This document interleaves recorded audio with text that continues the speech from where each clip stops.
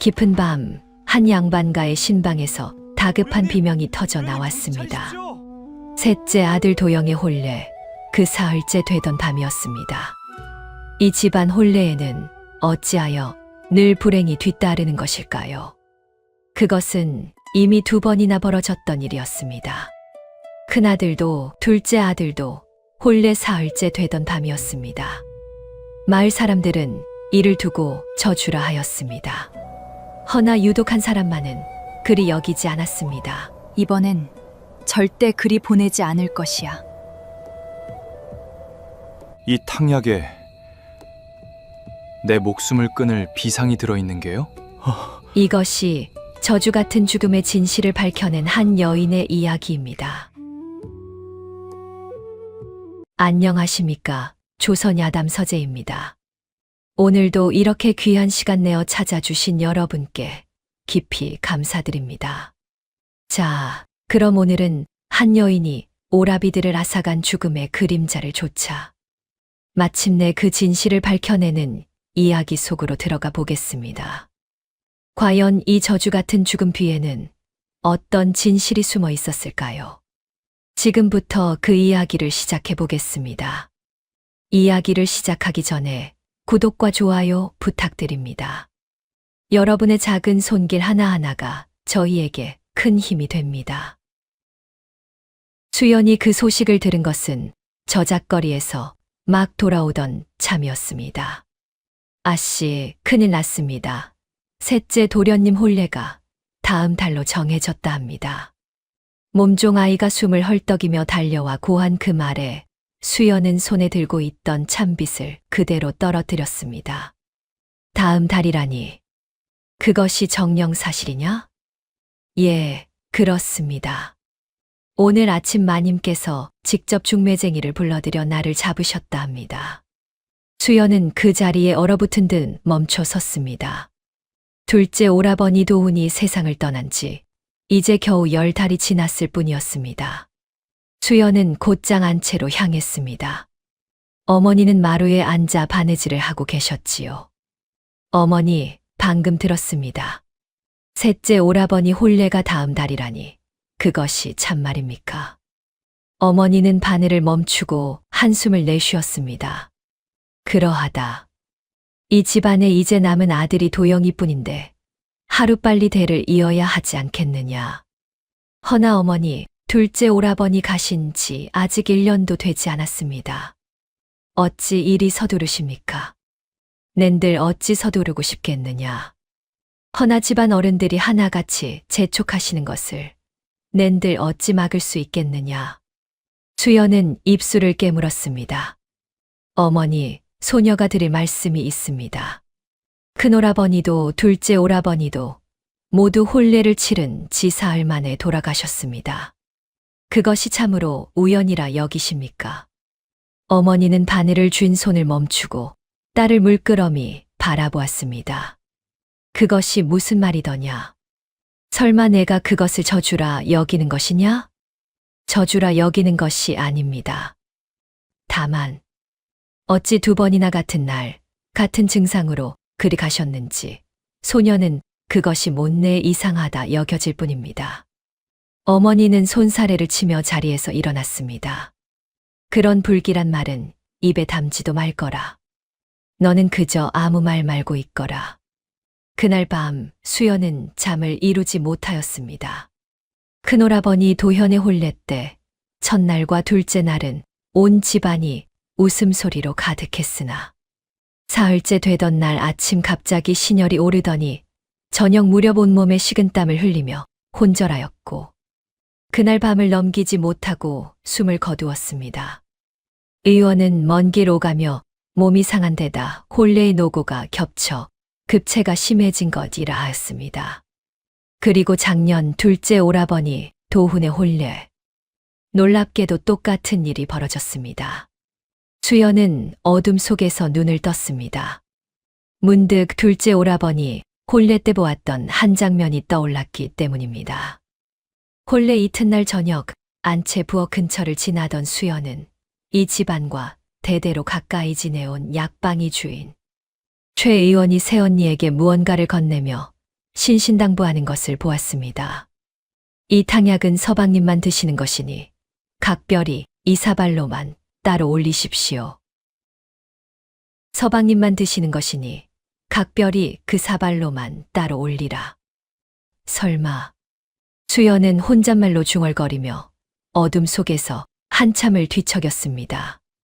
이튿날 수연은 최 의원의 약방을 찾았습니다. 어서 오십시오, 아씨. 오늘은 어인일로 걸음하셨습니까? 40 중반의 최 의원은 온화한 미소로 수연을 맞았습니다. 그쵸.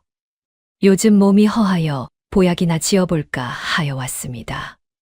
수연은 최 의원의 맞은편에 앉아 약방 한쪽 구석에 놓인 무언가를 슬쩍 눈여겨보았습니다. 짙은 남색 바탕에 매화 문양이 놓인 보자기 하나가 따로 곱게 쌓여 구석에 놓여 있었던 것입니다.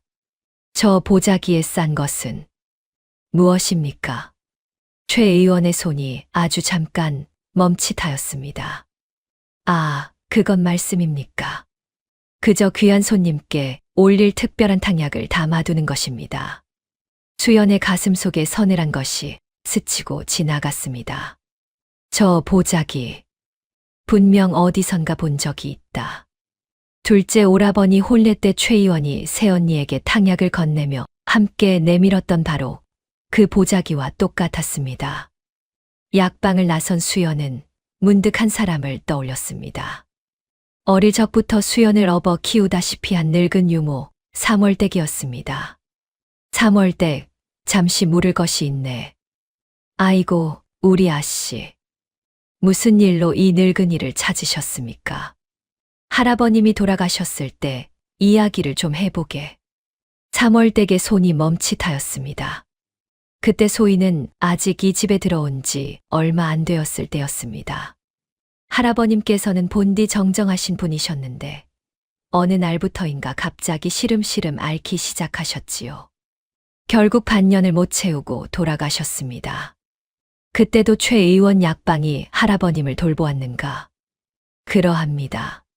최 의원의 부친 되시는 분이 그때 탕약을 지어 올리셨지요. 수연은 잠시 생각을 고르다 다시 물었습니다. 3월댁, 혹 그 무렵에 우리 집안에 원한을 품을 만한 자가 있었는가? 3월댁은 그 말에 흠칫하며 수연을 바라보았습니다. 실은 소인이 아주 어릴 적 이 집에 들어오기도 전에 마을 어른들께 들은 이야기가 하나 있습니다. 이 집안이 이웃 한 어느 집안을 완전히 몰락시킨 일이 있었다 하였습니다. 수연의 눈이 커졌습니다. 몰락시키다니 그것이 무슨 일인가? 그 집 가장 되는 분이 이 집안에 큰 빚을 지고 갚지 못하였는데 그 빚을 핑계 삼아 도적질 누명까지 씌워 관아에 고발하였다는 이야기였습니다. 결국 그 집안은 재산을 몽땅 빼앗기고 풍비박산이 났고 그 땅과 재물이 전부 이 집안으로 넘어왔다 하였습니다. 그것이 언제쯤 있었던 일인가? 지금으로부터 어림잡아 50년은 되었을 것입니다. 그 몰락한 집안에 남은 자식이 있었는가? 소인이 듣기로는 그 집안에 아들 하나가 있었는데 그때 나이가 16쯤 되었다 하였습니다. 집안이 풍비박산 나자 그 아이도 어디론가 사라졌다 하였지요. 수연의 머릿속에서 무언가 번뜩였습니다. 그때 16이었다면 지금으로부터 50년 전이니 그 아이가 자라 이 마을에 흘러들어와 약방을 차리고 그 아들이 지금의 최 의원이라면 3월댁, 최 의원의 선친께서 이 마을에 들어오신 것이 정확히 언제쯤이었는가? 할아버님이 돌아가시기 여러 해 전이었으니 지금으로부터 40년은 넘었을 것입니다. 그때 이미 장성한 청년이었지요. 수연은 숨을 크게 들이쉬었습니다. 몰락한 집안의 소년이 자라 청년이 되어 이 마을에 나타난 시점과 얼추 맞아떨어지는 세월이었습니다. 3월댁, 오늘 말은 내 가슴에만 담아두겠네. 부디 이 이야기 다른 이에게는 하지 말게. 이튿날 아침 수연은 큰 새언니의 방을 찾았습니다. 형님, 아침 일찍 일이 찾아왔네. 아이고, 아가씨. 어서 들어오세요. 형님, 여쭐 것이 있어 왔네. 큰오라버니 혼례를 마치고 이 집으로 돌아오신 그날부터 무슨 일이 있었는지 하나하나 말해주게. 윤 씨는 한참을 말없이 앉아 있다가 이윽고 낮은 목소리로 입을 열었습니다. 본가로 돌아온 그날 저녁 최 의원이 찾아왔습니다. 먼 길 다녀오시느라 서방님 기력이 많이 상하셨을 터이니 미리 몸을 보호하시게 하는 것이 좋다며 탕약을 지어왔지요. 하루에 한 번씩 사흘 동안 꾸준히 드시게 하라 하였습니다. 첫날과 둘째 날은 어떠하였나? 별다른 기색이 없었습니다. 오히려 혈색이 좋아지신 듯 보였습니다. 그런데 사흘째는 어찌 되었나? 윤 씨의 눈에 눈물이 고였습니다.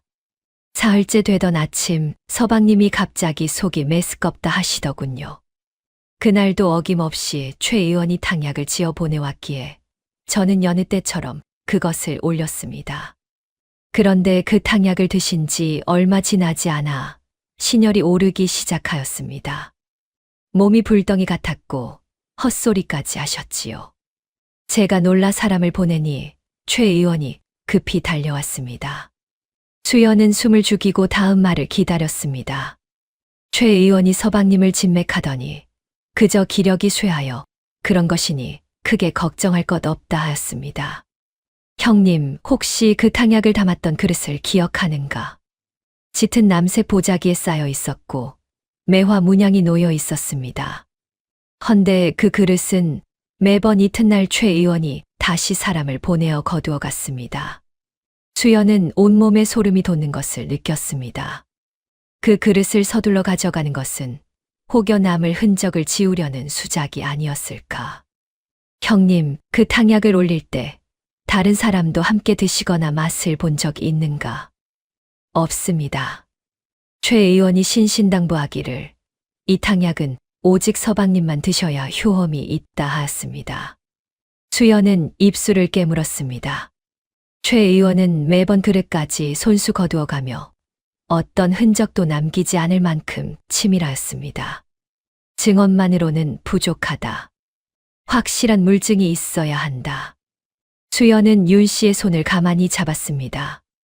형님, 미안하네. 아픈 기억을 다시 꺼내게 하여. 아닙니다. 괜찮습니다. 헌데 아가씨, 어찌 갑자기 이런 것을 물으십니까? 수연은 잠시 망설이다 마음을 굳게 먹고 입을 열었습니다. 형님, 나는 큰오라버니와 둘째 오라버니의 죽음이 결코 우연이 아니라 여기고 있네. 윤 씨의 눈이 커졌습니다. 그것이 무슨 말씀이십니까? 두 분 모두 혼례를 마치고 돌아온 뒤 사흘 동안 최 의원이 지어온 탕약을 꾸준히 드셨고 그 사흘째 되던 날 똑같은 증상으로 돌아가셨네. 이것이 참으로 우연이라 여기시는가? 윤 씨의 얼굴이 하얗게 질렸습니다.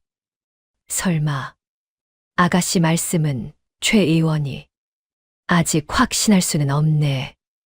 허나 그리 의심할 만한 정황이 있네. 만약 아가씨 말씀이 사실이라면 그자는 결코 순순히 잡히지 않을 것입니다.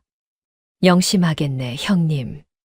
수연은 그 길로 둘째 새언니의 방도 찾았습니다. 큰 새언니보다 나이가 어리고 성정이 다소 소심한 편이었습니다. 형님, 둘째 오라버니 혼례 때도 큰오라버니 때와 같이 의원이 탕약을 지어왔었는가? 둘째 새언니는 그 물음에 놀라 몸을 움츠렸습니다. 아가씨, 어찌 갑자기 그런 것을 물으십니까? 소희는 그 일을 떠올리는 것조차 힘이 듭니다. 미안하네. 허나 참으로 중요한 일이라 그러네. 그 탕약도 돌아온 첫날부터 사흘간 계속 올라온 것이었는가? 예. 최 의원이 서방님 기력을 보하는 것이라며 저더러만 손수 올리라 신신당부하였습니다. 사흘째 되던 날 그 탕약을 드신 뒤로 갑자기 신혈이 오르시더니 그 그릇도 이튿날이면 최 의원이 사람을 보내 거두어 갔는가? 그러합니다. 헌데 아가씨, 어찌 그것까지 아십니까? 무슨 일이 있는 것입니까? 수연은 입술을 깨물었습니다. 큰오라버니 때와 한치도 다르지 않았습니다. 형님, 아직은 자세히 말할 수 없네. 오늘 이야기는 부디 마음에만 담아두게. 수연은 이제 최 의원이라는 사람 자체를 파헤치기로 마음먹었습니다.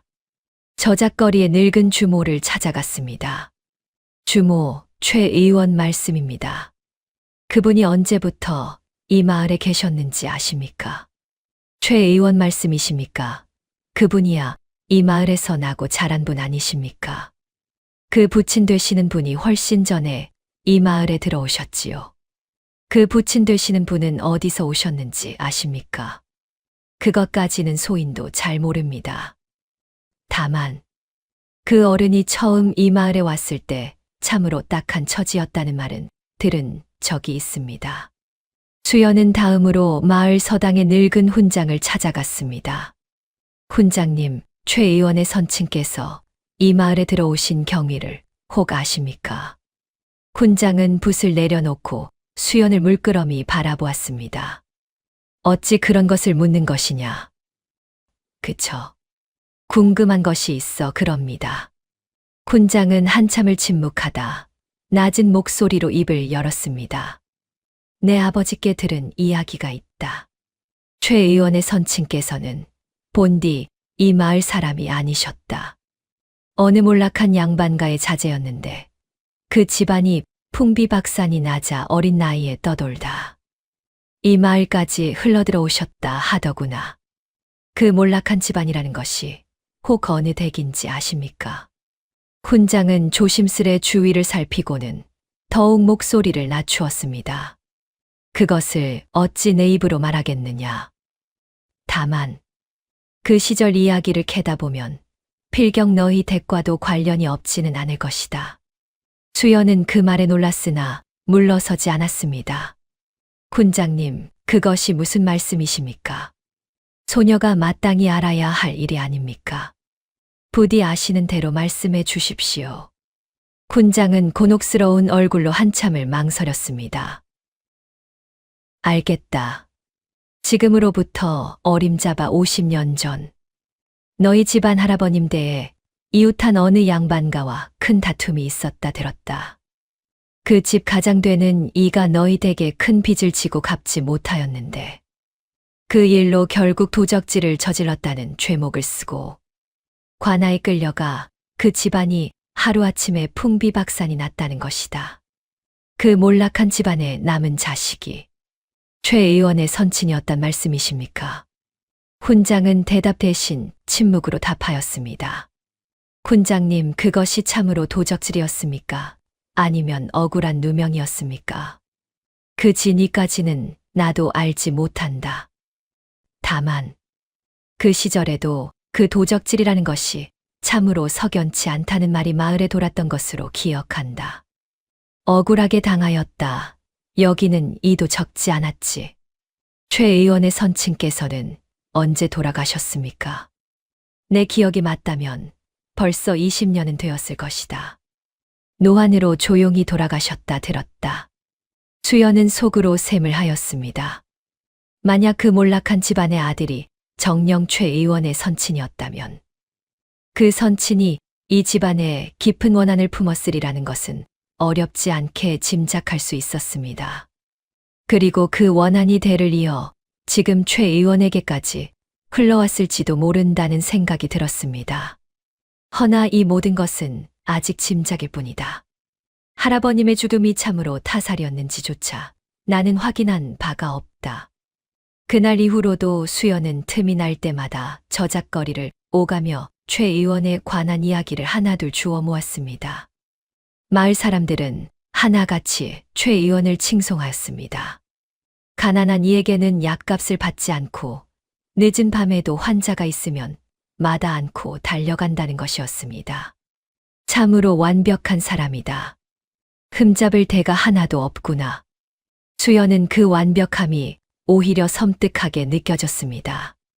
원한을 숨기고 이토록 오랜 세월 흠잡히지 않게 살아왔다는 것 자체가 결코 예사로운 사람이 할 수 있는 일이 아니었습니다. 수연은 또한 몰래 최 의원의 약방 주변을 서성이며 그의 행적을 살피기도 하였습니다. 허나 아무리 살펴도 그 어떤 흔적도 잡히지 않았습니다. 최 의원은 그 무엇도 남기지 않는 사람이었습니다. 날이 갈수록 셋째 오라버니의 혼례 날짜는 점점 가까워지고 있었습니다. 수연의 속은 타들어가는 듯하였습니다. 큰 오라버니도 둘째 오라버니도 일이 잃었는데 셋째 오라버니마저 잃을 수는 없다. 혼례 날 그 탕약이 다시 올라오는 그 순간을 놓치지 않고 내 손으로 직접 붙잡는 수밖에 없다. 수연은 마침내 결심을 굳혔습니다. 그날부터 은밀히 준비를 시작하였습니다. 가벼운 배탈을 일으킬 만한 약재를 구해두었습니다. 마침내 셋째 오라버니 도영의 혼례 날이 밝았습니다. 혼례는 이웃 고을 처가에서 무사히 치러졌고 사흘째 되던 날 저녁 무렵 셋째 오라버니는 새 신부를 데리고 본가로 돌아왔습니다. 수연은 다과상을 들고 셋째 오라버니 방 마당 앞에 서서 짐짓 아무 일도 아닌 척 기다렸습니다.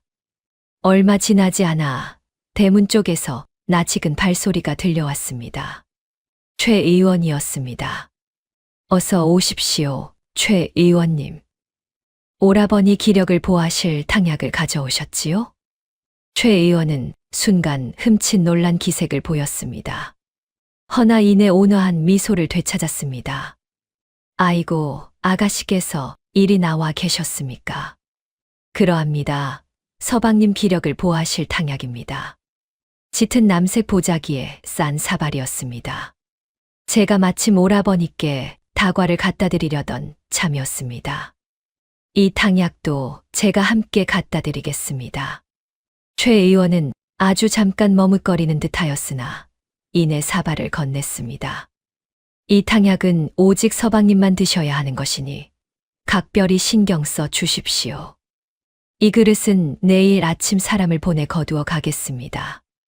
수연은 그 사발을 자신이 들고 있던 다과상 위에 올려놓고 방으로 향하였습니다. 방문 앞에 다다른 수연은 잠시 숨을 고르고 안으로 들어섰습니다. 셋째 오라버니는 방 안에 앉아 신부와 도란도란 이야기를 나누고 있었습니다. 오라버니, 최 의원께서 보하실 탕약을 지어 오셨습니다. 소녀가 다과도 함께 가져왔으니 드시지요. 수연은 다과상을 방바닥에 내려놓으며 자리에 앉았습니다. 상 위에는 최 의원이 준 탕약사발과 수연이 미리 준비해온 배탈용 물이 담긴 찻잔이 나란히 놓여 있었습니다. 수연은 자연스레 상 위의 그릇들을 정리하는 척하며 탕약 사발을 슬쩍 자신의 몸 쪽으로 당기고 대신 배탈용 물이 담긴 찻잔을 오라버니 앞으로 밀어 놓았습니다. 오라버니, 이것이 최 의원께서 지어오신 탕약입니다. 어서 드시지요. 오라버니는 별다른 의심 없이 찻잔을 들어 그 안의 것을 마셨습니다. 기력을 보한다더니 맛이 제법 쌉쌀하구나. 몸에 좋은 것일수록 쓴 법이라 하지 않습니까? 어서 다 드시지요.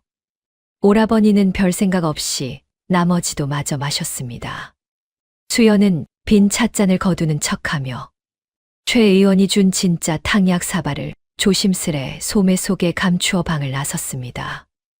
이제 이것을 가지고 진실을 밝혀낼 차례였습니다. 수연은 소매 속에 감춘 사발을 품에 꼭 안은 채 자신의 방으로 향했습니다. 걸음마다 심장이 세차게 뛰었습니다. 혹여 누구라도 마주칠까, 혹여 사발이 흔들려 안의 것이 쏟아질까, 수연은 온 신경을 곤두세운 채 발걸음을 옮겼습니다. 방문을 닫고 나서야 수연은 비로소 숨을 크게 내쉬었습니다. 손끝이 가늘게 떨리고 있었습니다. 이제 확인해야 한다. 이것이 정녕 그것인지. 수연은 반다지 깊숙한 곳에서 은비녀 하나를 꺼냈습니다. 어머니께 물려받은 수는으로 만든 귀한 비녀였습니다. 언젠가 지나가는 말로 들은 적이 있었습니다. 수는은 비상에 닿으면 검게 변한다고. 수연은 사발을 앞에 놓고 한참을 망설였습니다. 만약 이것이 그저 평범한 탕약이라면 자신의 의심은 헛것에 불과할 터였습니다. 오라버니를 향한 걱정이 지나쳐 없는 죄를 만들어낸 것이 되고 마는 것이었습니다. 허나 만약 정녕 그것이 맞다면 수연은 숨을 깊이 들이마시고 은비녀를 사발 속 탕약에 천천히 담갔습니다. 그리고 기다렸습니다. 처음 몇 순간은 아무 변화도 없었습니다. 수연의 가슴이 조금씩 가라앉으려는 찰나 비녀 끝자락에서 아주 미세하게 색이 어두워지기 시작했습니다. 수연은 눈을 크게 뜨고 그 광경을 지켜보았습니다. 처음엔 그저 그림자가 진 것인가 여겼으나 시간이 흐를수록 그 검은 기운은 점점 짙어져 갔습니다.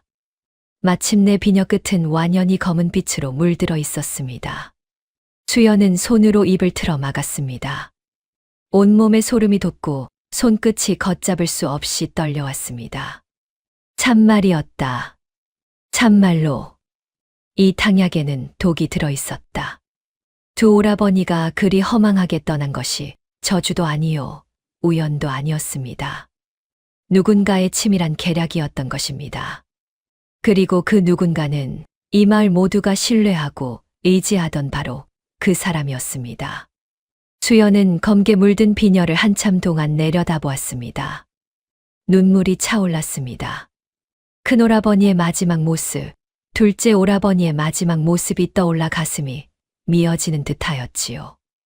오라버니들, 이제야 제가 알아차렸습니다. 그리고 셋째 오라버니는 제가 반드시 지켜내었습니다. 허나 슬퍼할 겨를이 없었습니다. 이 검게 변한 비녀 하나만으로는 아직 관아에 고할 만한 확실한 증거가 되지 못한다는 것을 수연도 잘 알고 있었습니다. 최 의원의 신망이 워낙 두터운 터라 은비녀 하나 검게 변했다는 것만으로는 그 누구도 쉬이 믿어주지 않을 것이었습니다. 좀 더 확실한 것이 필요하다. 이 마을 사람이 아닌 다른 곳의 의원에게 확인을 받아야 한다. 이튿날 아침 최 의원이 보낸 심부름꾼이 그릇을 거두러 찾아왔습니다. 어제 드린 탕약 그릇을 거두러 왔습니다.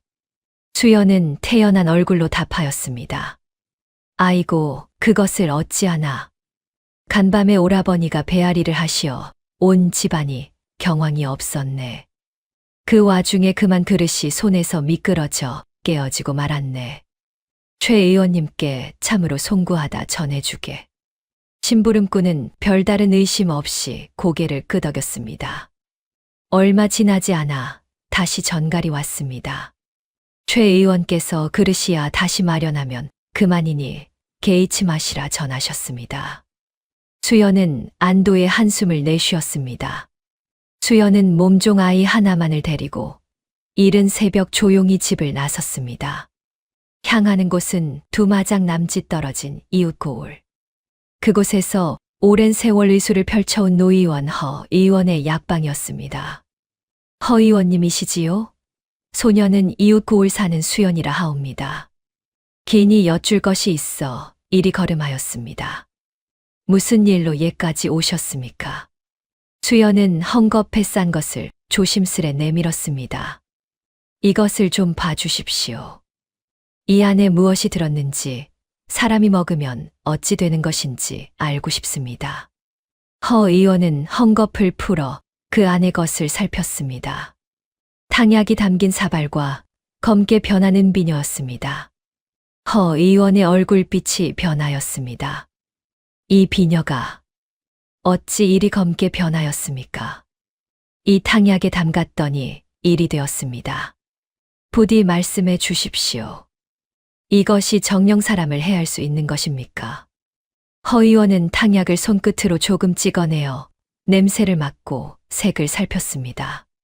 그러고는 작은 그릇에 새로운 은수저를 넣어 다시 한번 확인해 보았습니다. 수연은 숨을 죽인 채 그 모습을 지켜보았습니다. 시간이 얼마나 흘렀을까? 그 짧은 순간이 마치 반나절처럼 길게 느껴졌습니다.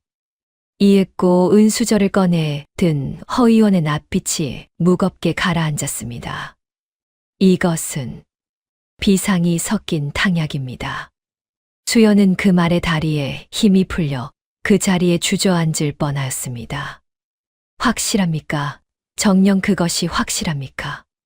확실합니다.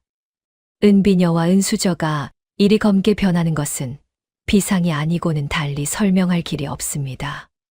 수연의 눈에서 참았던 눈물이 흘러내렸습니다. 허 의원님, 소녀가 어찌해야 하겠습니까? 이것을 가지고 관아에 고하면 저들이 믿어주겠습니까? 허 의원은 한참을 생각하다 무겁게 입을 열었습니다. 이것만으로는 부족할 수 있습니다. 이 탕약이 누구의 것이었는지, 언제 어디서 났는지 그 경위를 소인이 직접 본 것이 아니니까요. 하나 소인이 직접 관아에 나아가 이 탕약에 비상이 섞였다는 것을 증언해 드릴 수는 있습니다. 그것이 확실한 물증이 되어줄 것입니다. 참으로 감사합니다. 허 의원님. 허나 씨, 이는 결코 가벼이 여길 일이 아닙니다. 누군가 사람을 해하려 이런 짓을 저질렀다면 그 죄가 결코 가볍지 않을 것이며 그 상대 또한 결코 순순히 물러나지 않을 것입니다. 부디 조심 또 조심하십시오. 허 의원님, 지금 바로 관아에 고하면 되겠습니까? 허 의원은 고개를 저었습니다. 아직은 이릅니다. 이 물증만으로는 이 탕약이 누구의 것이었고 어디서 났는지를 증명할 길이 없습니다. 아씨 홀로 그리 말씀하신들 관아에서 고지곳대로 믿어주지 않을 것이며 자칫하면 아씨께서 도리어 의심을 받으실 수도 있습니다. 수연의 낯빛이 어두워졌습니다. 그렇다면 어찌해야 하겠습니까? 그자가 다시 한번 손을 쓰려 할 때 그 현장을 직접 붙잡는 것만이 확실한 길입니다. 그때는 소인도 함께 나서서 증언해 드리겠습니다. 수연은 굳은 얼굴로 고개를 끄덕였습니다. 명심하겠습니다. 그때까지 소녀도 만반의 준비를 해두겠습니다. 그날 이후 수연은 겉으로는 평온한 나날을 보내는 척하였으나 속으로는 한시도 마음을 놓지 못하였습니다. 셋째 오라버니의 안색을 살피고 최 의원이 다시 찾아올 낌새는 없는지 촉각을 곤두세우며 하루하루를 보냈습니다. 그리고 며칠 뒤 오후 대문 밖에서 낯익은 헛기침 소리가 들려왔습니다. 최 의원이었습니다. 수연은 마루 기둥 뒤에 몸을 반쯤 숨긴 채 숨을 죽이고 그 모습을 지켜보았습니다. 손끝이 절로 저려왔습니다. 어허, 셋째 도련님 몸은 좀 어떠하신지 궁금하여 이리 걸음하였습니다. 최 의원의 목소리는 여느 때와 다름없이 부드럽고 인자하였습니다. 허나 수연의 귀에는 그 다정한 말투 아래 무언가 다른 것이 섞여 있는 듯 느껴졌습니다. 조바심이라 해야 할지, 혹은 확인하고 싶어 하는 초조함이라 해야 할지. 새언니가 마당으로 나와 최 의원을 맞았습니다. 의원님, 이리 걸음해 주셔서 감사합니다. 서방님은 안에 계십니다. 방 안에서 셋째 오라버니가 나와 인사를 건넸습니다. 의원님, 어인일로 이리 찾아오셨습니까? 최 의원의 눈이 셋째 오라버니의 얼굴을 재빠르게 훑었습니다. 아주 짧은 순간이었으나 수연은 그 눈빛에서 미묘한 흔들림을 놓치지 않았습니다. 마치 무언가 어긋난 것을 확인하려는 듯한 그런 눈빛이었습니다. 먼 길 다녀오시고 탕약까지 드셨으니 몸이 어떠하신지 궁금하여 그럽니다. 그날 밤은 편히 주무셨습니까? 셋째 오라버니는 아무렇지 않게 웃으며 답하였습니다. 실은 그날 밤 배탈이 나서 좀 혼이 났습니다. 헌데 신기하게도 이튿날 아침엔 씻은 듯이 나았지요. 그 말에 최 의원의 얼굴에 아주 찰나 스치는 그림자가 있었습니다. 수연은 그것을 똑똑히 보았습니다. 놀람인지 당혹인지 혹은 그 두 가지가 뒤섞인 무엇인지. 그러나 최 의원은 이내 그 표정을 지우고 다시 온화한 낯빛으로 돌아왔습니다. 허허, 그러셨습니까? 아마 먼 길에 몸이 상하신 데다 잔치 음식까지 과히 드셔서 그리 되었나 봅니다. 큰 탈이 아니라니 다행입니다.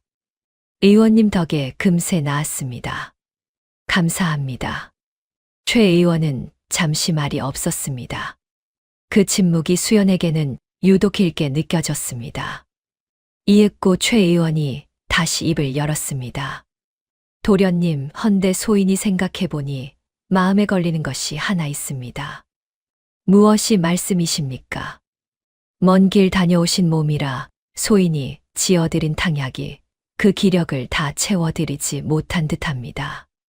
배탈이 났다는 것도 필경 몸이 아직 완전히 회복되지 못하였다는 증조겠지요. 하여 소인이 내일 한 번 더, 이번에는 각별히 더 정성을 들여 탕약을 지어 올릴까 합니다. 수연의 심장이 쿵 내려앉았습니다. 또다시 시도할 셈이구나. 이번에 지어올 탕약은 먹으면 곧바로 온몸에 힘이 나고 활력이 샘솟는 귀한 약재를 넣을 것입니다. 도련님이 이제야 진정으로 기력을 되찾으실 수 있을 것입니다. 최 의원은 그리 말하며 온화하게 웃었습니다. 그 미소가 수연에게는 그 어느 때보다 섬뜩하게 느껴졌습니다.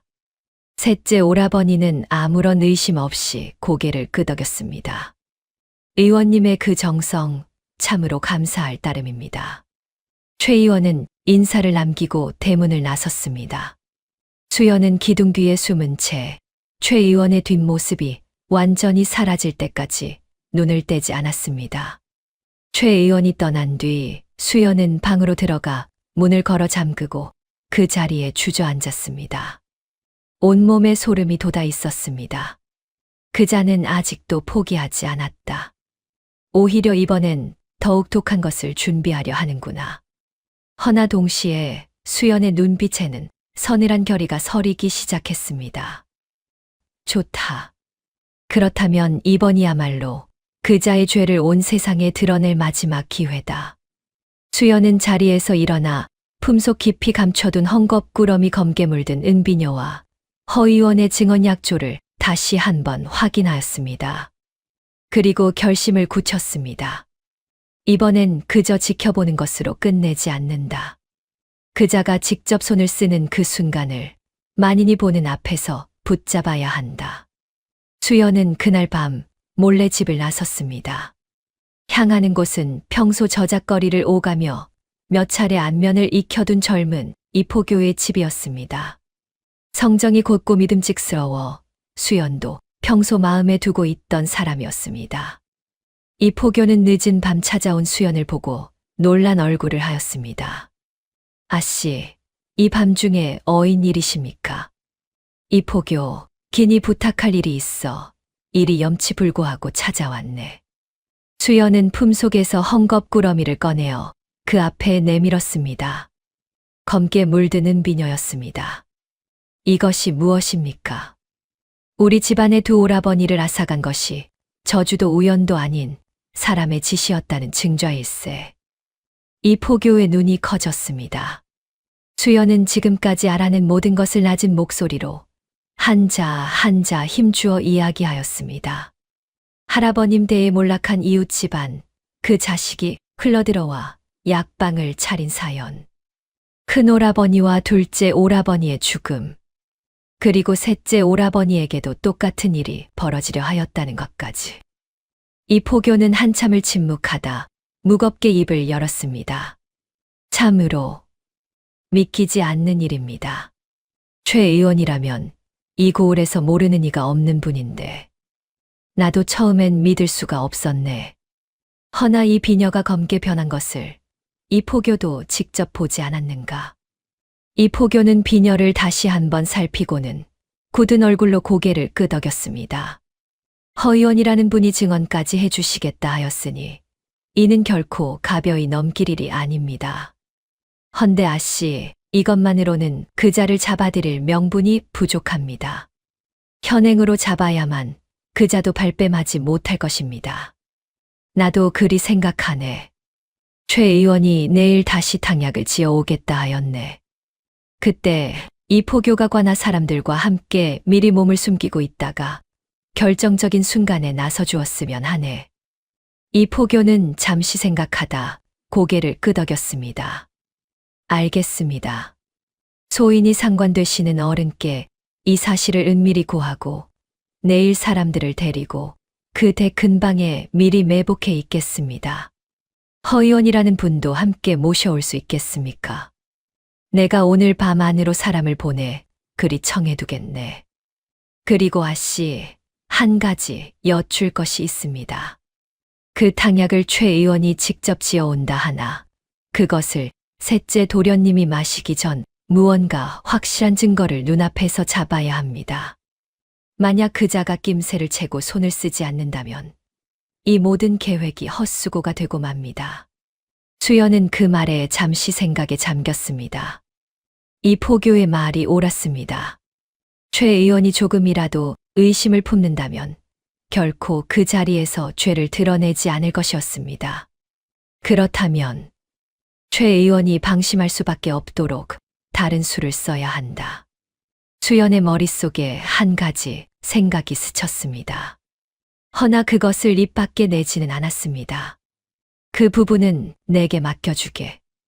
내일 반드시 그자가 스스로 죄를 드러내게 만들 것이네. 이 포교는 의아한 얼굴이었으나 더 캐묻지 않았습니다. 알겠습니다, 아씨. 내일 날이 밝는 대로 소인들은 미리 몸을 숨기고 있겠습니다. 수연은 깊이 고개를 숙여 감사를 표하고 어둠 속을 되짚어 집으로 돌아왔습니다. 집으로 돌아온 수연은 자신의 방에 홀로 앉아 오래도록 생각에 잠겼습니다.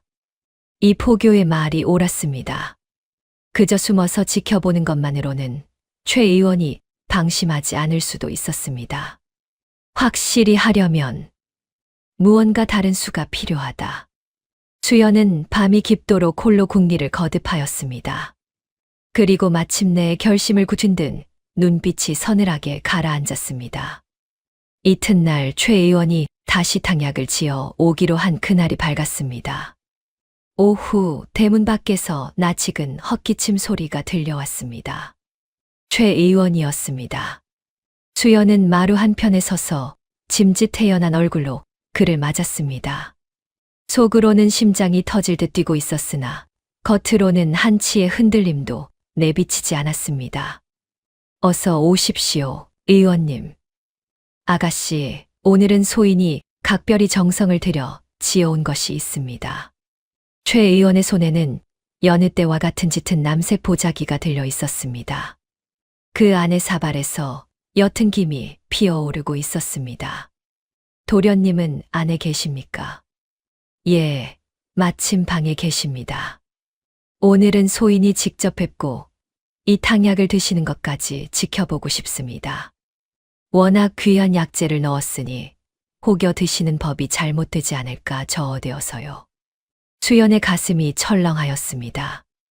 예상하였던 일이었으나 막상 최 의원의 입에서 그 말이 나오니 온몸이 얼어붙는 듯하였습니다.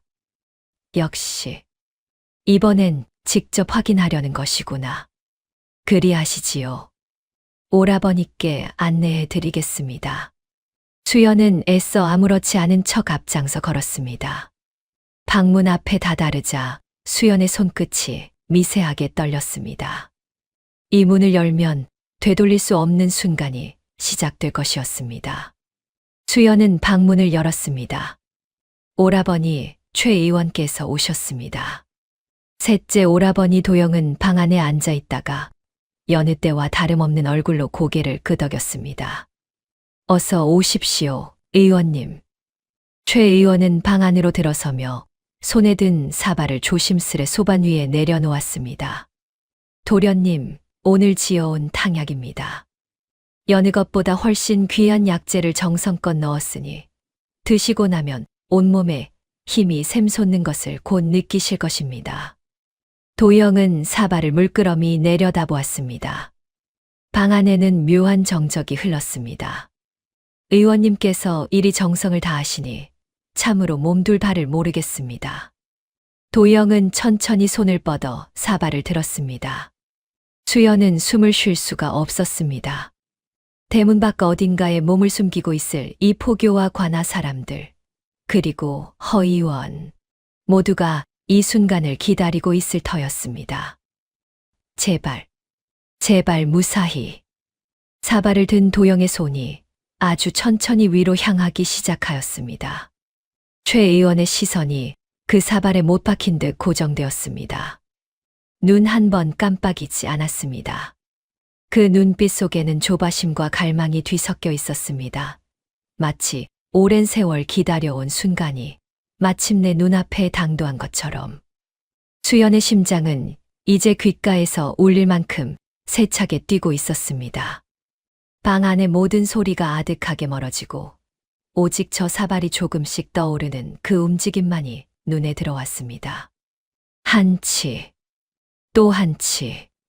사발의 테두리가 점점 도영의 입술에 가까워졌습니다. 새언니는 차마 그 광경을 보지 못하고 고개를 돌렸습니다. 수연은 자신도 모르게 앞으로 한 걸음 내디디려 하였으나 다리가 얼어붙은 듯 움직이지 않았습니다. 안 된다. 여기서 내가 나서면 모든 것이 물거품이 된다. 오라버니, 부디. 사발이 도영의 입술에 거의 닿을 듯한 그 찰나. 방 안의 시간이 완전히 멈춘 듯하였습니다. 촛불의 그림자마저 숨을 죽인 듯 미동조차 없었습니다.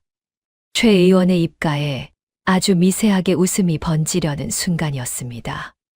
바로 그때 도영의 손이 사발을 든 채로 우뚝 멈추었습니다. 입술에서 채 한 치도 되지 않는 그 거리에서 사발은 더 이상 움직이지 않았습니다. 최 의원의 눈빛이 흔들렸습니다. 미소를 짓던 입가가 서서히 굳어가기 시작하였습니다. 도영은 사발을 든 채로 아주 천천히 고개를 들어 최 의원을 바라보았습니다. 그 눈빛에는 조금 전까지의 순진함은 온데간데 없고 서늘하고 날카로운 빛만이 남아 있었습니다. 그리고 도영은 사발을 소반 위에 소리 없이 내려놓았습니다. 의원님. 그 한마디에 최 의원의 얼굴에서 핏기가 걷히기 시작하였습니다. 예, 도련님. 이 탕약에 내 목숨을 끊을 비상이 들어있는 게요. 방 안의 공기가 순식간에 얼어붙었습니다. 최 의원의 얼굴에서 핏기가 싹 가셨습니다. 벌어진 입술 사이로 아무 말도 나오지 못하였습니다. 도련님. 그것이 무슨 말씀이십니까? 감히 소인이 도련님의 건강을 위해 정성껏 지어온 것을 어찌 그리 무서운 말씀을 하십니까? 새언니는 두 손으로 입을 틀어 막았습니다. 놀란 눈이 도영과 최 의원 사이를 번갈아 오갔습니다. 수연은 문 옆에 선 채 온몸에 털이 곤두서는 것을 느꼈습니다. 도영은 자리에서 천천히 일어섰습니다. 그 움직임은 느렸으나 방 안을 짓누르는 위압감만은 결코 가볍지 않았습니다. 어찌 대답이 없으십니까, 의원님? 도영의 입가에 옅은 웃음이 걸렸습니다. 허나 그것은 결코 다정한 웃음이 아니었습니다. 싸늘하고 서늘한 상대의 밑바닥을 꿰뚫어보는 듯한 조소였습니다. 큰형님도 작은형님도 이리 마주 앉아 의원님이 지켜보는 가운데 그 탕약을 드셨겠지요. 그리고 사흘째 되던 밤 신혈에 시달리다 그대로 숨을 거두셨을 것입니다. 이런 식으로 우리 가문의 남자들을 하나씩 죽여온 것이오? 최 의원의 몸이 눈에 띄게 떨리기 시작하였습니다. 무어라 항변하려는 듯 입술을 달싹였으나 어떤 말도 밖으로 나오지 못하였습니다. 도영은 한 걸음 최 의원 앞으로 다가섰습니다. 그리고 잠시 침묵하다 낮고 서늘한 목소리로 물었습니다. 혹여 우리 가문의 할아버님, 아버님도 그대가 죽인 것이오? 방 안에는 그 물음만이 무겁게 내려앉았습니다. 최 의원은 아무 대답도 하지 못한 채 그저 눈빛만 격하게 흔들릴 뿐이었습니다. 그리고 오늘은 그 눈으로 직접 보고 싶으셨던 게요. 내가 이 탕약을 마시고 서서히 무너져가는 그 모습을. 방 안은 쥐 죽은 듯 고요하였습니다. 촛불이 흔들리는 소리마저 크게 들릴 지경이었습니다. 최 의원의 두 눈이 흔들리고 이마에서는 식은땀이 배어 나오기 시작하였습니다. 그토록 온화하던 얼굴은 온데간데 없이 이제는 궁지에 몰린 짐승처럼 핏기 잃은 낯빛만이 남아 있었습니다. 도련님. 그것은 오늘 이 자리에서 눈 하나 깜빡이지 않고 나를 지켜보시더군요. 마치 그 순간을 놓치기 싫다는 듯이 도영의 목소리가 한층 낮게 가라앉았습니다. 의원님 눈에는 내가 그저 셋째 아들로만 보였겠지요. 허나 나는 오늘 이 자리에 오시는 순간부터 이미 알고 있었습니다. 최 의원은 뒷걸음질을 치려 하였습니다. 그러나 그 발끝은 이미 힘을 잃어 제자리에서 휘청거릴 뿐이었습니다. 어찌. 최 의원의 목소리가 떨리고 있었습니다. 애써 웃음을 지어 보이려 하였으나 그 미소는 이미 뒤틀려 있었습니다. 소인이 이 댁 도련님들을 돌보아온 것을 도련님께서도 잘 아시지 않습니까? 어찌 그런 억측을 하십니까? 도영은 담담한 눈빛으로 최 의원을 바라보았습니다. 최 의원의 눈이 크게 흔들렸습니다. 바로 그 순간 마당 쪽에서 여러 사람의 발소리가 다급히 들려왔습니다. 최 의원을 포박하라. 이 포교가 관아 사람들 여럿을 이끌고 마당으로 들이닥쳤습니다. 그리고 그 뒤로 낯선 노인 한 사람이 천천히 걸어 들어왔습니다. 허 의원이었습니다. 최 의원의 얼굴이 하얗게 질렸습니다. 뒷걸음질 치려 하였으나 이미 사방이 사람들로 둘러싸여 있었습니다.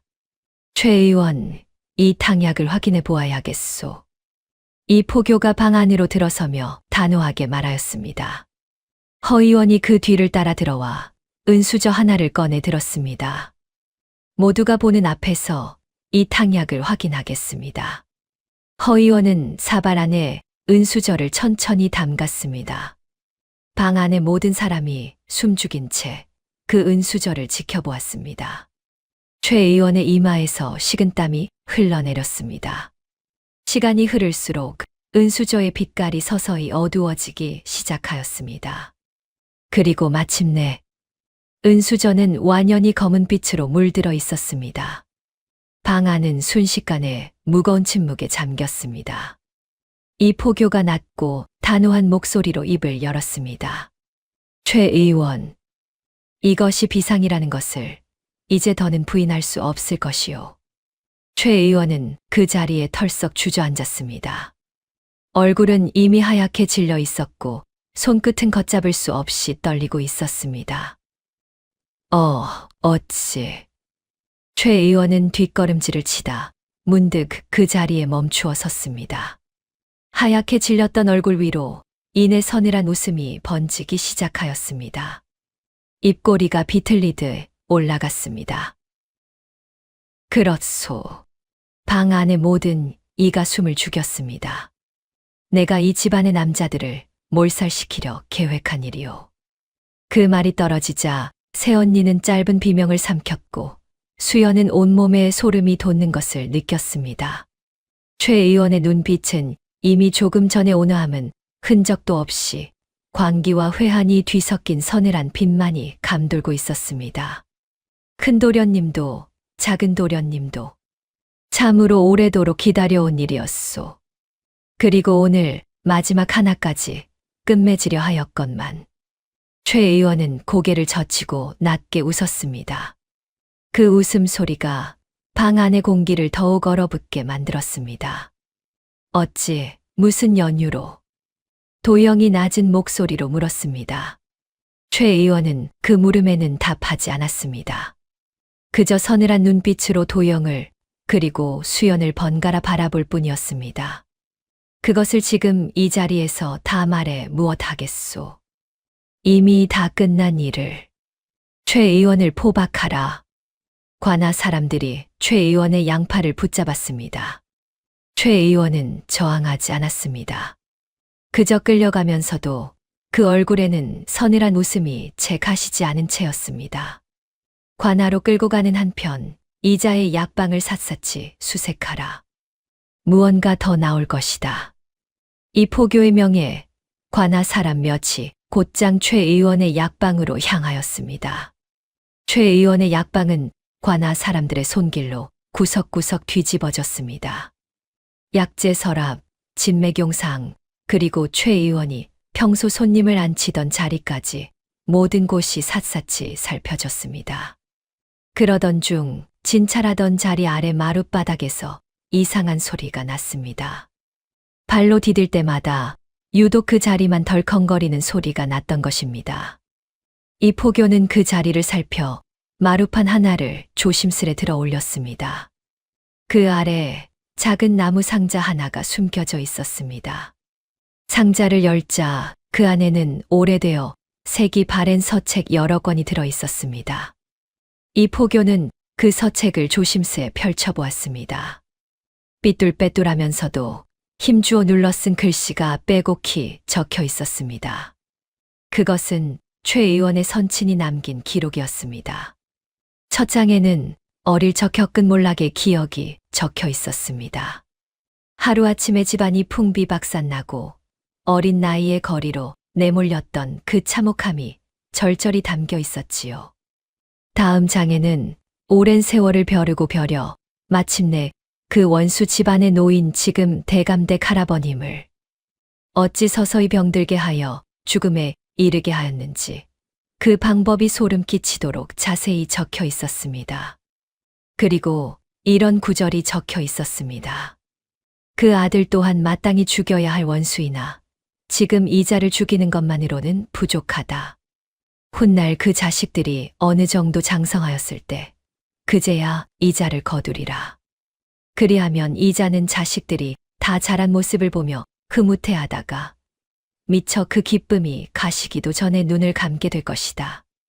그리고 그 자식들이 대를 이으려 혼례를 치르는 날, 세상을 다 가진 듯 가장 즐거운 그 순간마다 하나씩 그 목숨을 거두리라.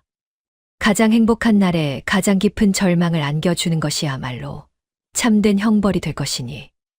이 포교는 그 구절을 읽으며 등골이 서늘해지는 것을 느꼈습니다. 서책의 뒷부분에는 그 계획을 실행에 옮기기 위해 어떻게 이 마을의 자리를 잡고 어떻게 신망을 쌓아가야 하는지에 대한 치밀한 계획들이 적혀 있었습니다. 허나 그 서책은 대감이 자식을 넷이나 낳고 장성시키는 것까지 지켜본 대목에서 그리고 대감 본인이 병들어 죽어가는 대목에서 문득 끊겨 있었습니다. 그리고 마지막 장에는 다른 손으로 짧게 적힌 글귀 하나가 있었습니다. 아버지, 소자는 이제야 이 서책을 다 읽었습니다. 아버지께서는 끝내 이 복수를 소자에게 강요하지 않으셨습니다. 오히려 소자만은 이 원한과 무관하게 평범하게 살아가기를 바라셨음을 압니다. 허나 소자는 이 서책을 읽는 순간 아버지의 그 깊은 원한과 슬픔이 고스란히 제 것이 되었습니다. 아버지께서 못다 이루신 그 일을 소자가 반드시 마무리 짓겠습니다.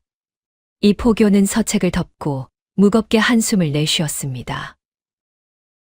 다음 날 관아 앞마당에는 이른 아침부터 마을 사람들이 구름처럼 모여들었습니다.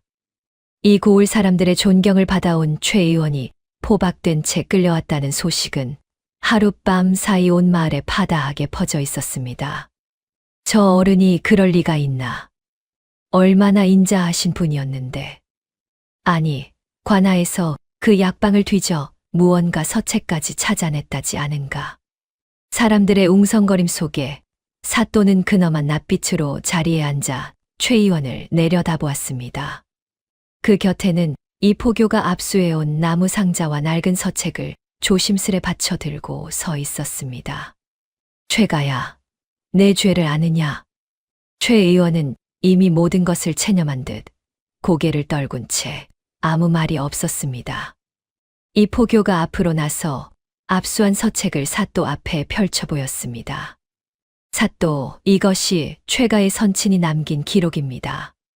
오래전 대감댁 할아버님을 어찌 서서히 병들게 하여 죽음에 이르게 하였는지, 그리고 훗날 대감마님까지 어찌 손을 쓸 것인지, 나아가 그 자손들을 혼례를 치를 때마다 하나씩 죽여나가겠다는 흉악한 계획까지 낱낱이 적혀 있습니다. 그 말이 마당에 울려 퍼지자 모여든 사람들 사이에서 놀란 탄식이 터져 나왔습니다. 저럴 수가. 그렇다면 큰 서방님도 작은 서방님도 참으로 저자의 손에. 사또는 서책을 손수 넘겨보며 낯빛이 점점 굳어갔습니다. 이 서책에 적힌 대로라면 이는 한 사람의 죄가 아니라 아비와 자식이 대를 이어 저지른 흉계로구나. 최가야, 이것이 사실이냐? 최 의원은 마침내 고개를 들었습니다. 그 얼굴에는 이제 아무런 표정도 남아있지 않았습니다. 사실이옵니다. 어찌 그런 흉악한 마음을 품었단 말이냐. 제 아버지께서 남기신 그 기록을 읽었을 때 소인은 그 원한이 고스란히 제 것이 되는 것을 느꼈습니다. 아버지는 끝내 저에게 이 일을 강요하지 않으셨으나 소인 스스로 그 뜻을 이어받기로 결심하였습니다. 최 의원의 목소리가 갑자기 떨리며 높아졌습니다. 허나 사또 소인이 죄인이라 한들 애초에 그 죄의 뿌리를 누가 심었는지도 마땅히 물으셔야 할 것입니다. 마당이 술렁였습니다. 사또의 눈빛이 날카로워졌습니다. 그것이 무슨 말이더냐. 50년 전 저희 할아버지 되시는 분은 그저 빚 몇 푼을 갚지 못하였을 뿐입니다. 헌데 대감대 그 어른께서는 그 빚을 핑계 삼아 도적질 누명을 씌워 관아에 고발하였고 결국 저희 집안은 하루아침에 풍비박산이 났습니다. 어린 제 아버지는 거리로 내몰려 짐승만도 못한 삶을 살아야 했습니다. 최 의원의 눈에서 눈물이 흘러내렸습니다. 소인이 저지른 살인은 결코 용서받을 수 없는 죄이옵니다. 허나 그 시작이 참으로 그저 죄 없는 우리 집안을 향한 무고에서 비롯되었다는 것 또한 사또께서 밝혀주셔야 하지 않겠습니까? 방청하던 마을 사람들 사이에서 술렁임이 일었습니다. 사또는 한참을 침묵하다 무겁게 입을 열었습니다. 그 애일이 참으로 그러하였는지는 내 마땅히 다시 조사할 것이다. 만약 그것이 사실이라면 억울하게 몰락한 너희 집안의 누명을 벗기고 부당하게 취해진 재산이 있다면 마땅히 되돌려 주도록 조처할 것이다.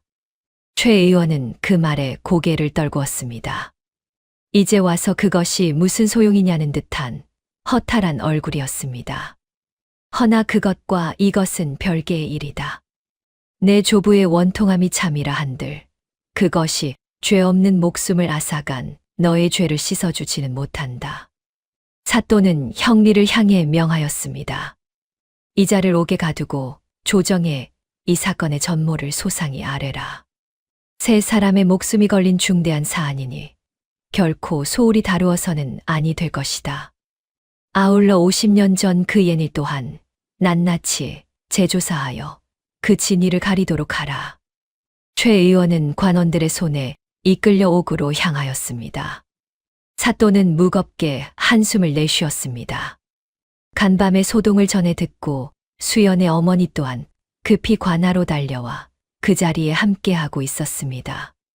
최 의원이 끌려가는 뒷모습을 지켜보던 어머니는 그 자리에 털썩 주저앉아 가슴을 두 손으로 두드리며 통곡하기 시작하였습니다. 아이고, 아이고, 이럴 수가. 우리 아이들이, 우리 큰아이도 둘째 아이도 그리 허망하게 간 것이 저주가 아니라 사람의 손에 그리 된 것이었더란 말이냐. 어머니는 땅을 치며 울부짖었습니다. 그런 줄도 모르고 이 어미는 저자를 이 집안의 은인처럼 여겨왔다. 두 아이를 그리 보내고도 저자의 손을 붙잡고 고마워하였으니 아이고, 이 어리석은 어미가 무슨 낯으로 하늘을 본단 말이냐. 큰 새언니와 둘째 새언니도 그 곁에서 함께 오열하였습니다. 그토록 오랜 세월 가슴에 묻어두었던 슬픔이 이제야 비로소 터져 나오는 듯하였습니다. 서방님이 그리 허망하게 가신 것이 참으로 사람의 흉계였다니요. 수연은 어머니 곁에 무릎을 꿇고 그 떨리는 손을 꼭 잡았습니다. 어머니, 소녀가 진작 이 일을 밝혀내지 못하여 참으로 송구합니다. 허나 이제라도 그 진실이 드러났으니 큰오라버니와 둘째 오라버니의 원한은 풀어드릴 수 있을 것입니다. 어머니는 수연의 손을 붙잡고 흐느꼈습니다. 내가 아니었다면 네 오라비마저 그리 보냈을 것을. 이 어미가 진작 내 말을 믿어주지 못하여 참으로 미안하구나. 어머니, 그런 말씀 마십시오. 그저 지금이라도 오라버니를 지킬 수 있었던 것으로 족합니다. 관아 마당에는 한참을 어머니의 통곡 소리가 그치지 않았습니다. 그날 이후 관아에서는 50년 전 그 애니를 다시 조사하기 시작하였습니다. 낡은 관아 문서들을 뒤지고 그 시절을 기억하는 늙은이들을 하나둘 찾아 증언을 모았습니다. 몇 달에 걸친 조사 끝에 마침내 진실이 드러났습니다. 50년 전 그 도적질이라는 것은 참으로 억울한 누명이었습니다. 최 의원의 조부되는 이는 그저 빚을 갚지 못하였을 뿐 도적질과는 아무 관련이 없었던 것입니다. 그 죄를 씌워 재산을 빼앗은 것은 다름 아닌 수연의 할아버님이었습니다. 관아에서는 그 옛 판결을 뒤집고 최 의원 집안의 누명을 벗겨주었습니다. 다만 이미 최 의원 본인이 중죄를 지어오게 갇힌 몸이니 그 재산을 돌려받을 이는 남아있지 않았습니다. 이 포교는 사또의 명을 받아 그 판결문을 수연의 집안에 전하였습니다. 할아버님께서 그 옛날 저지르신 잘못이 이리 밝혀졌으니 이 댁에서도 응당 그에 합당한 처결을 받아들이셔야 할 것입니다. 부당하게 취하신 그 땅과 재물을 마땅히 국고에 귀속시키도록 하겠습니다. 최가의 그 재산을 물려받을 후사가 없으니 이리 처결하는 것이 온당할 듯합니다. 수연의 어머니는 그 말을 듣고 한참을 말없이 고개를 숙이고 있다가 이윽고 무겁게 답하였습니다. 시아버님께서 지으신 죄가 이리 크고 그것이 결국 우리 아이들의 목숨으로 되돌아왔으니 이 어찌 하늘의 뜻이 아니겠습니까? 마땅히 그리하겠습니다. 집안은 그 땅과 재물의 상당 부분을 내어놓았습니다. 살림은 예전만 못하게 되었으나 그 대신 오랜 세월 이 집안을 짓눌러온 원주의 그림자만은 비로소 벗어낼 수 있었습니다. 셋째 오라버니 도영은 그 뒤로 아내와 함께 평온한 나날을 보냈습니다. 이듬해 첫 아이를 얻었다는 소식이 온 집안에 기쁨을 안겨주었습니다. 수연은 그날 마당에 나와 갓 태어난 조카를 품에 안은 도영의 모습을 물끄러미 바라보았습니다. 오라버니, 이제야 참으로 마음이 놓입니다. 도영은 아이의 얼굴을 내려다보며 옅은 미소를 지었습니다. 이 모든 것이 내 덕분이다, 수연아.